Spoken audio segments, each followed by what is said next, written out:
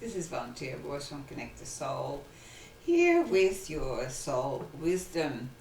And today I would like to talk to you about intuition. I know we've talked about it before, but for me, intuition is the place I live. It guides me more than my mind or the stories I run, the have-tos, the shoulds. I get up every morning and tune in to that inner teacher. The word intuition is to be taught from within. And because I know that, and I know that I have this relationship with that inner teacher, and I trust that implicitly. So, and when I say that to you, there's always, when I say something that isn't 100% true for me, there is an energetic ka-chink. And so when I said that I trusted implicitly 100%, there was a little ka-chink, because there are times when I get an intuitive insight or message, and I trust it, but then I question it because it has to do not with me. If it has to do with me and it has to do with the things that I need to do, then I trust it. But when it involves an outside circumstance or outside people, I don't necessarily trust it altogether, because I know everyone has free will, so then, they can change their mind or do whatever. But usually I'm proven that that original message was correct, and I have to go, okay, I accept. So why is it so difficult for people to follow their intuition? Well, it's because of our conditioning, right? Because as children, we are so connected, and we have such insight into things, and we feel and we know, and it's all black and white. We don't question it. We don't have stories yet that we can muddy the waters with. So when we get this feeling or this idea, then we see that as truth. And we don't have all these difficulties that we as adults have accumulated in our mind stories. So to get back to that simple clarity of listening to the inner rather than the mind, thinking that everything that you've learnt from others and from books and from stories is more important than what is actually feeling right for you in here, always gets us into trouble. And then we have to backtrack, and we have to end up going within after all and sort of finding this path. And so if you're listening to me, then you're on this path. I just want to know, how much do you trust your intuition, and how much do you use it consciously? Because a lot of it is about, in our conditioned understanding, it's about, I just got this gut instinct, which we have every now and then. And that's great.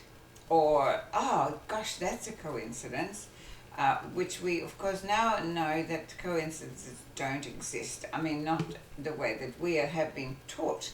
A coincidence is to be disregarded, is to be just thrown away as something that really hasn't got much importance. Of course, for me, a coincidence is a huge sign that I need to pay attention, and that I'm on the right track, and that I'm not alone, and it has many, many other messages within it. But I never, ever disregard a coincidence.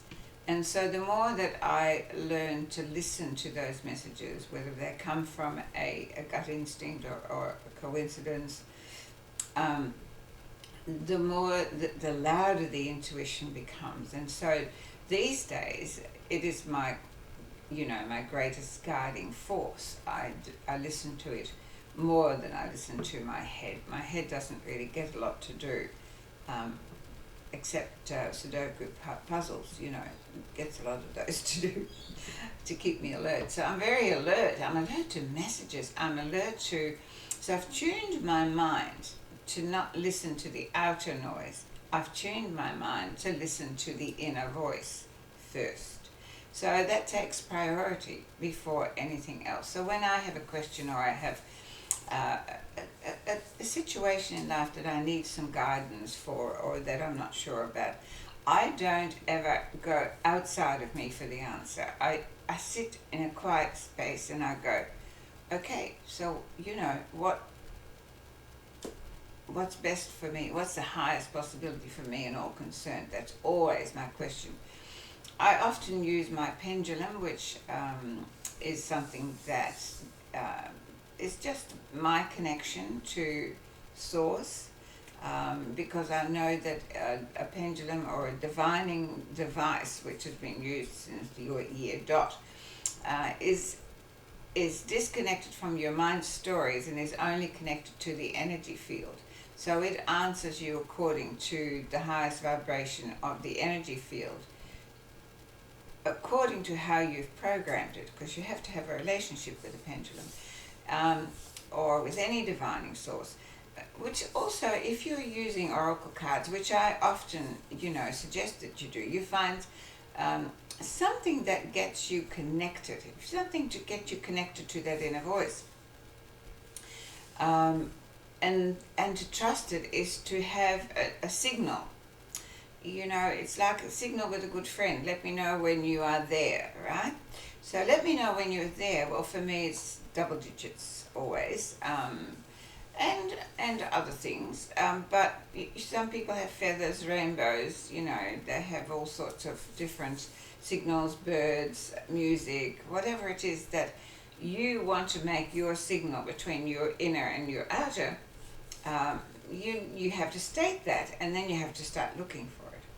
And then every time that you see it, you need to realize that that's the signal, and you go, thank you, and really bring it home to you that you're not alone, and there is something, someone, whatever you want to call it.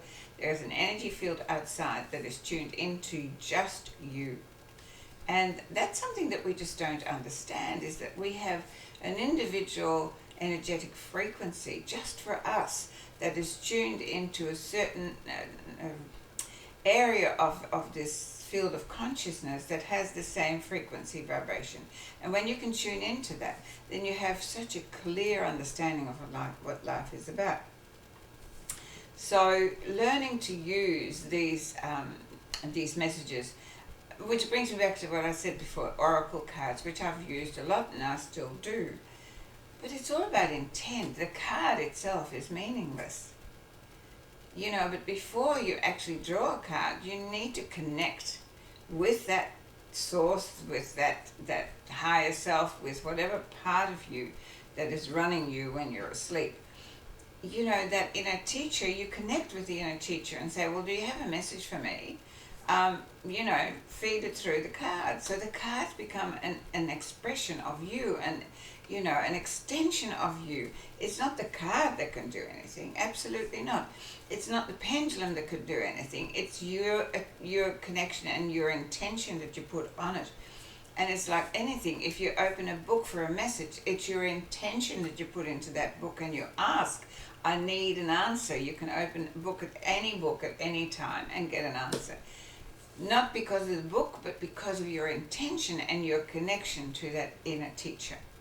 So the more that you do that, and the more that you listen to it and refine it, the easier that becomes, and the louder it becomes, and the quieter the chatterbox becomes. So please work on it. Use that wonderful gift of intuition, because it is the inner teacher waiting to guide you and show you the way. So have a great day. Remember to listen within, love yourself more, and I'll see you soon.